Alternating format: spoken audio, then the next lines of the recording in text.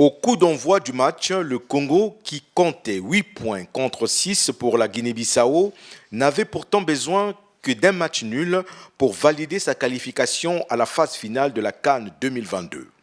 Hélas, le manque de détermination, de rigueur technique et tactique des poulains de Barthélémy Ngatsono a tourné cette rencontre en un véritable cauchemar. Malmené par une équipe bissau-guinéenne qui a dominé tous les secteurs du jeu, Christopher Mafumbi, abandonné par une défense apathique, a logiquement cédé à la 45e minute pour le premier but bissau-guinéen. Ce score d'un but à 0 à la mi-temps aurait même été plus lourd si les Likaans avaient concrétisé les premières actions qui se sont créées en début du match. En seconde période, Thierry Bifouma et ses coéquipiers continuent à douter et manquent d'esprit de révolte pour revenir à la marque. Ce sont plutôt les Likaans qui vont enfoncer le clou grâce à 2 nouveaux buts bissau-guinéens qui ont fait voler en éclats un possible exploit des Diables Rouges, portant ainsi le score final à 3 buts à 0. Cette nouvelle humiliation du Congo fait ressurgir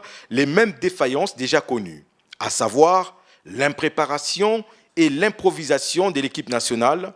le manque des joueurs compétitifs évoluant dans les championnats et des clubs de référence, le manque d'organisation au niveau des clubs de l'élite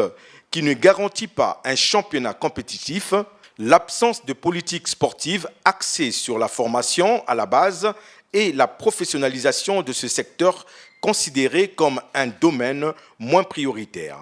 sont autant de raisons qui justifient cette énième élimination du Congo, souvent aux abonnés absents lors des rendez-vous continentaux.